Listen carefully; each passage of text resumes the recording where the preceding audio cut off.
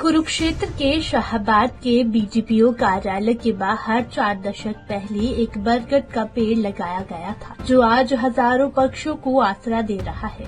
वहीं बीडीपीओ ने 40 साल पहले इस वट वृक्ष को लगाने वाले बुजुर्ग को सम्मानित किया है और बुजुर्ग को 2100 रुपए की राशि दी गई है। इस मौके पर बीडीपीओ नरेंद्र ढुल ने बताया कि उनके अधीन शाहबाद के 76 गांव आते हैं और उन सभी गांवों में जितने भी पुराने वट वृक्ष हैं, उनकी देखभाल के लिए एक विशेष अभियान चलाया जाएगा। इसके साथ ही पेड़ लगाने वाले शख्स को पूरे गांव के सामने सम्मानित भी किया जाएगा। उन्होंने कहा कि जितनी भी पंचायत की जमीन खाली पड़ी है, उन पर मोरिंगा के पेड़ लगाए जाएंगे। महाराज बाबा मोटन दास जी की कृपा से ये जो हमारा बरगद का पेड़ है आज इतना साल पुराना है, तो मैं चाहता हूँ एक बार इनके नाम का नारा लगा दिया जाए।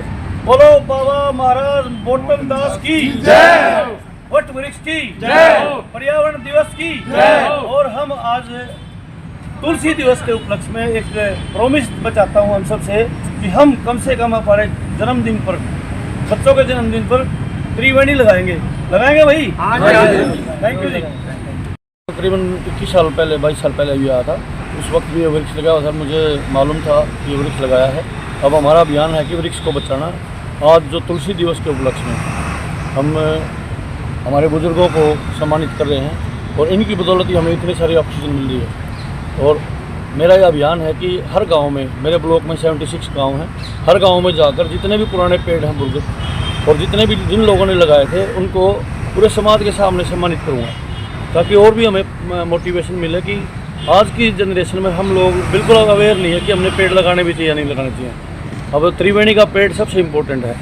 और ये जैसे मुझे पता लगा कि बुजुर्ग हमारे, नाम तो मुझे पूरा ध्यान नहीं है, मोटन दास, लेकिन दास जैसे है इनके नाम के आगे, क्योंकि मेरे फादर के नाम के आगे भी दास है, गोवर्धन दास, इनका नाम है मोटन दास। तो ये मेरे पिताजी के समान है और इस पेड़ का देख रखाव इन्होंने किया है। और आज देखो इस पेड़ की बदौलत सारे का सारा हमारा ब्लॉक का एक पहचान है कि वहाँ जो बड़ा बरगद का पेड़ लगा हुआ है वहाँ पे बीडीओ ऑफिस है जी। अब हम त्रिवेणी का अभियान, जैसे हमारा रेनी सीजन शुरू होता है, वो लगा रहे हैं और पीछे भी हमने लगाए थे। और अभी मैं लेटेस्ट जितनी भी हमारी पंचायत की ज़मीन खाली पड़ी हैं, उन पर मैं एक अभियान चलाया है मैंने। मोरिंगा सहजन का जो पेड़ होता है वो मैं पूरा लंबे उसका अभियान है। और क्योंकि मोरिंगा पेड़ का जो पाउडर है, अगर हम खाएंगे उसकी पत्तियों को सुखा के 1 चम्मच सुबह और 1 चम्मच शाम को खा लो, आपको रोटी खाने की आवश्यकता नहीं होगी कोई भी।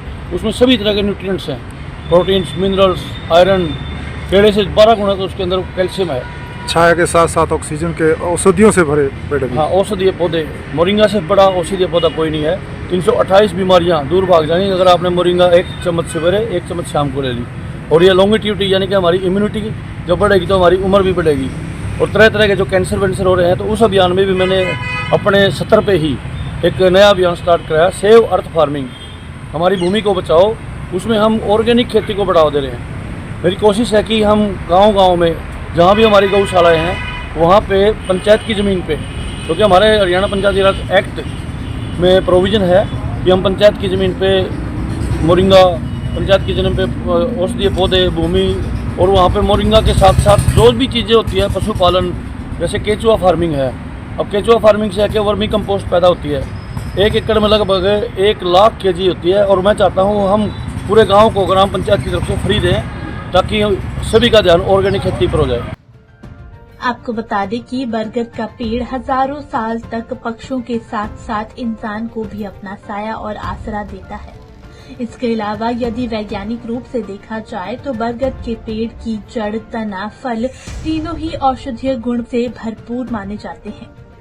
इन्हीं सब गुणों को देखते हुए शाहबाद बीडीपीओ ने बरगद के पेड़ की देखभाल के लिए अभियान चलाने का फैसला लिया है। पंजाब केसरी टीवी के लिए कुरुक्षेत्र से अशोक यादव की रिपोर्ट।